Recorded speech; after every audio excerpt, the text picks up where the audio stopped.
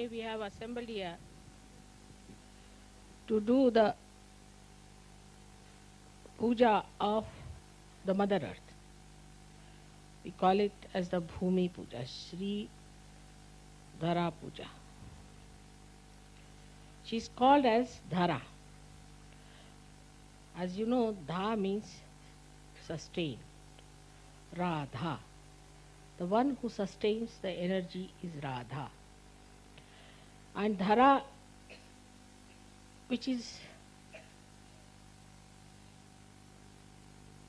the one which is sustenance itself.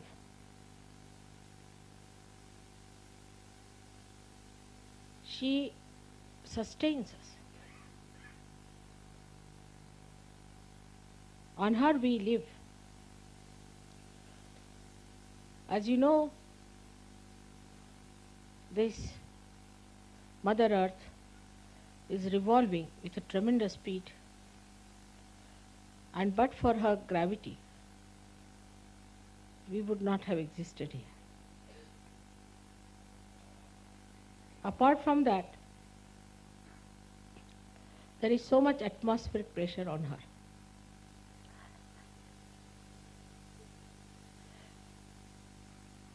She understands things, coordinates, and creates.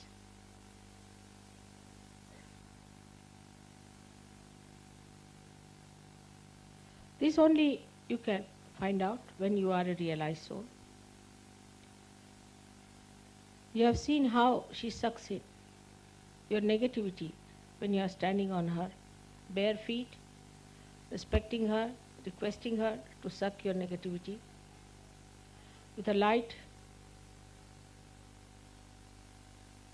in front of you, in front of my photograph. She knows me because she is my mother. She is your grandmother, we can say. That's why she nourishes you. She looks after you. Early in the morning, when we get up, when we put our foot on her, we have to say, "Oh Mother, please forgive us because we are touching you with our feet." But it doesn't matter. Children can touch the mother with the feet or with the hands. Makes no difference. But she is the creator of the body of Sri Ganesh. She is the one who is represented within us as the Kundalini. She herself moves in a spiral round the sun.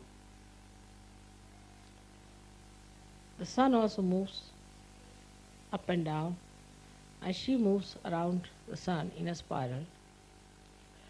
But because both are relatively moving, you don't see the movement of the sun.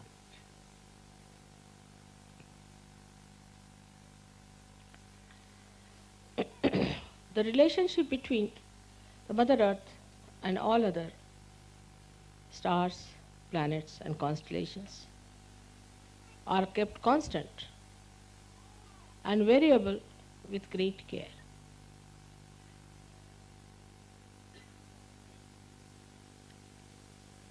When we talk of materialism, we are acting against our Mother Earth. Instead of learning from her subtler qualities, we are trying to exploit her, to dig her out, to use her for our selfish motives. What does she do to us? She creates these beautiful fruits for you to eat. She creates beautiful trees for you to make furniture, to make nice houses. She gives you green grass to soothe your nerves. She carries so many rivers and so many huge big oceans on her being. She is always larger than the largest of oceans.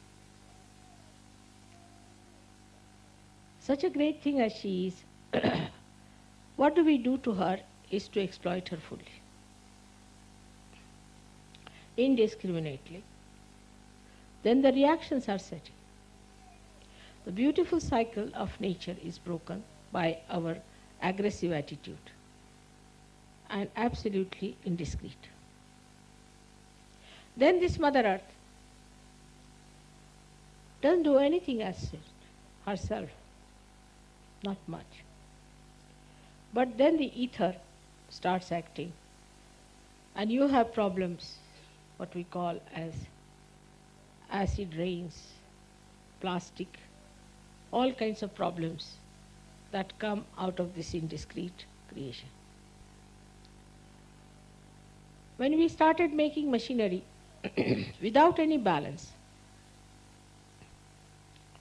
we started producing machinery.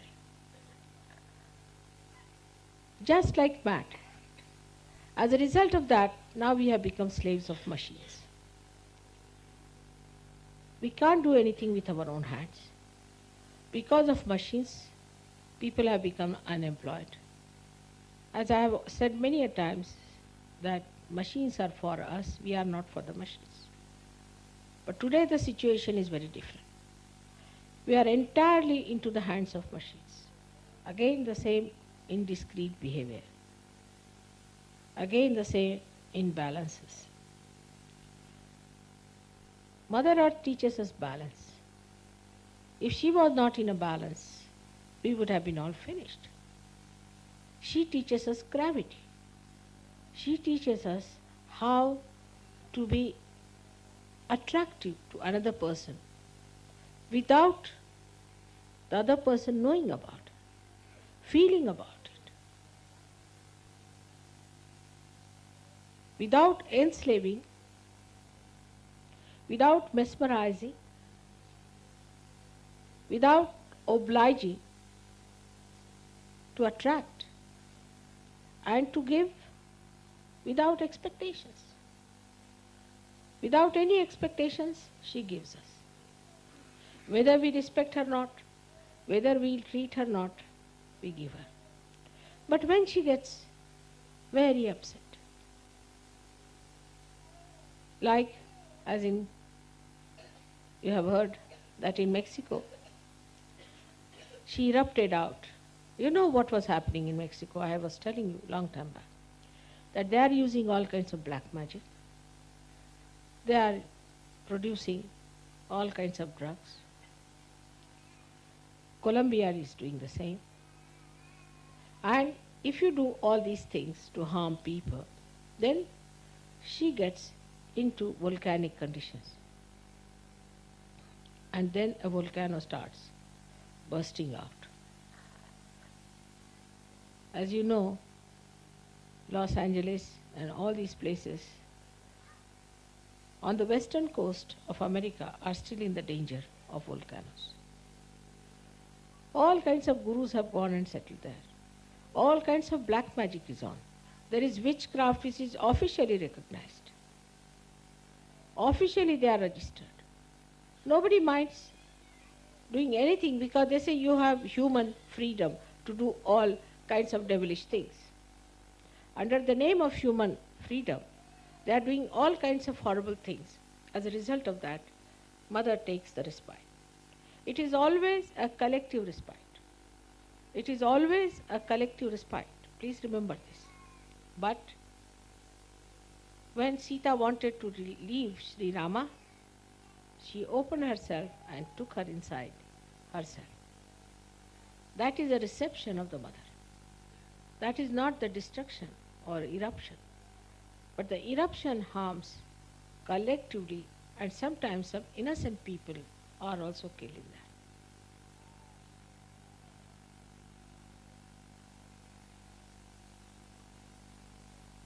Death does not exist in the divine language. Those who are dead can be reborn. But death sometimes could be used for punishing people.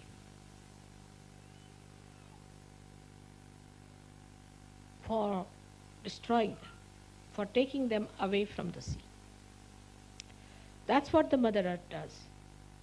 Sometimes her anger can be so great that pinpointedly she can destroy thousands and thousands of miles of earth, destroying many people who have been extremely irreligious and uncollective. In Sahaja Yoga also, those people who are uncollective, try to be uncollective, are harmed by her. But in a very secretive way, which they must understand. Or we should say in a very subtle way.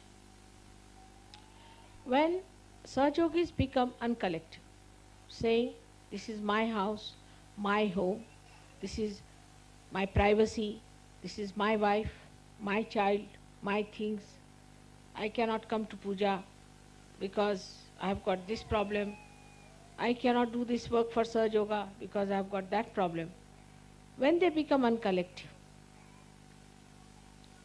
then in a very subtle way, this Mother Earth, which is represented within us as the Kundalini, gets upset. And when she gets upset, she starts acting in a manner which can be very dangerous for people. Possessiveness is not the quality of Mother Earth. She doesn't possess anyone. For example, if you are an Indian, you can come to England. You can go anywhere. You can live anywhere. She doesn't possess anyone as such. We only, the human beings, have made this world into different countries, different places, all our own ideas of stupidity. There's only one world. There's only one world God has created. He has not created. It's rather awkward. All right, now better.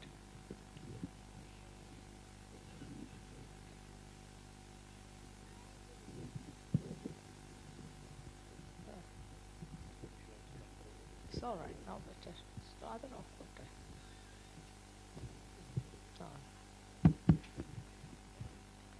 She has not created all these nations.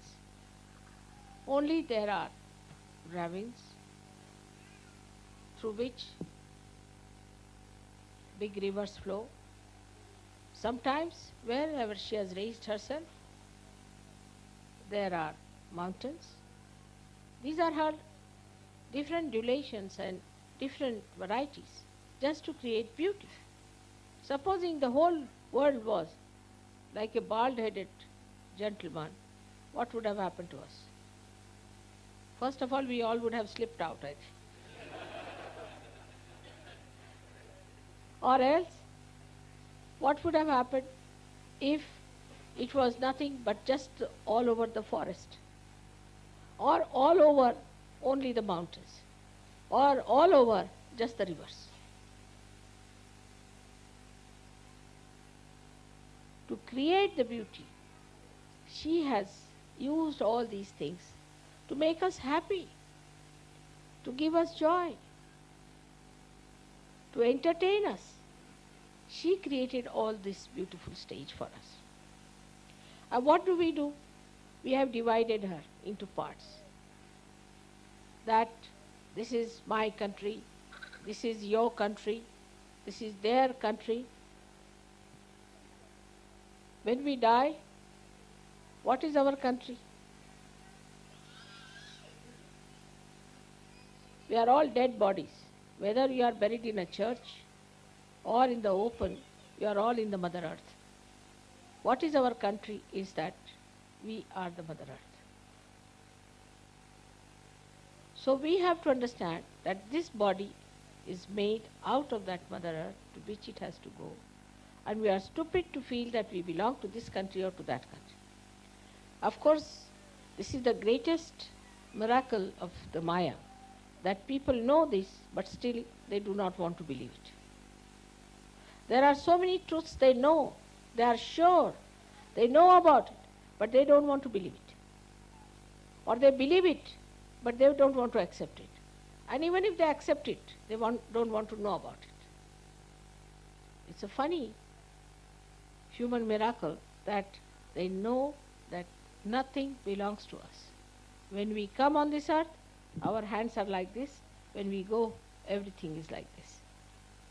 Despite that, despite this understanding, we still play games with ourselves, cheat ourselves, and try to believe that I am this country, I am that country, I am so great and so that.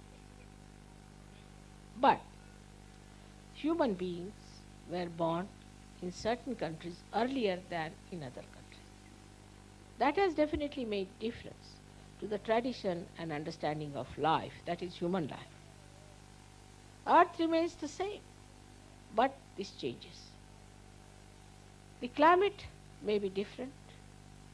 That's why the fruits may be different. It's all an adjustment. In the whole plan, there is such a good adjustment, no quarrel, no problem. It's just a variety again. Supposing all bananas are produced all over the world, who would care for them? For example, if you give bananas to Indians, they will laugh at it. But if you give them apples, they'll say, oh, apples, great. The other way around for the English. If you want to give somebody present as an apple, they will look at you, what's the matter with this person?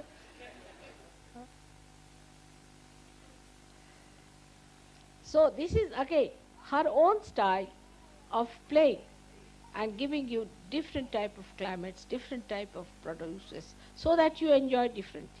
If there is no variety, then you won't be able to enjoy it. How much she understands you, and how much do we understand her? For a Sahaja Yogi, it is important to understand that we are not going to take anything from here. It's all nothing but clay. And clay is going to remain here and is going to vanish forever and ever. What are we going to carry with us? What are we going to have with us? All the time, it's our evolution, is now our spirit. So we are the spirit. We are neither this nor that nor that. What we are the spirit, and we are absolutely not anyway contaminated by anything that is called matter. So we should see to the essence of the Mother Earth, that the Mother Earth uses her matter to give joy to others. In the same way, if we use her to give joy to others, then you have followed her path. On the contrary, if you try to exploit her, it's like making holes or digging at her. Who is your mother? If you try to separate her into parts, that means you are cutting her body into different parts. All these human concepts are anti-mother. But the worst and worst of all is that we do not respect Sri Ganesha within us, which is the creation of this Mother Earth. Sri Ganesha, which is the innocence within us, we do not respect. We do not respect the innocence that has come to us. The way children are tortured and butchered and abused is amazing. How people are not afraid that one day a big volcano might break into a country like this where the children are treated like this. In that case, the Mother Earth will destroy all the human beings who are behaving like this, and she'll take all such sweet children into her lap and she'll reproduce them somewhere else.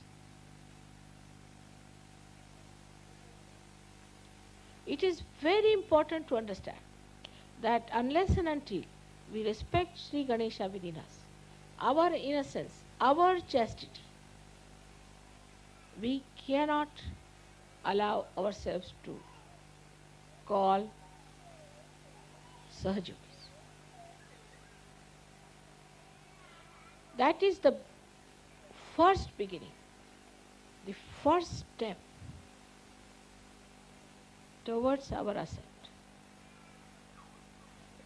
We cannot talk of anything else unless and until this foundation is laid in the Mother Earth. That is why today I have decided that we should have a Bhumi Pujan in England. I hope by this, innocence in this country will be respected, will be loved, will be protected, and will be nourished.